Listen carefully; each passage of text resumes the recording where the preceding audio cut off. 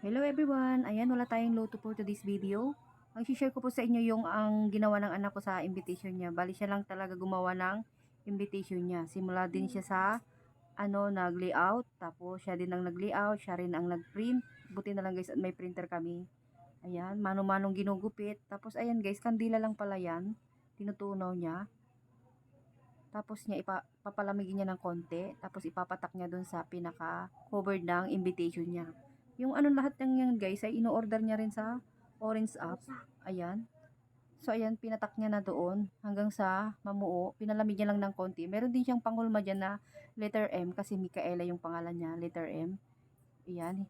Ini-stamp niya dyan. Tapos hinintay niya medyo lumamig. Tapos makikita na yung result niya. Letter M talaga siya guys. Ayan, medyo malamig-lamig na siya. Pwede na niyang tanggalin. Ayan. O, diba? Letter M na. In-order din niya dyan sa Orange App yan guys. So ayan so ito na yung pinaka final na gawa niya. Bali dalawang kulay, blue at saka red. Ayan, ang ganda na guys. Yung dahon na ginamit niya, ayan binunot lang dyan sa tabi-tabi. So yan lang po.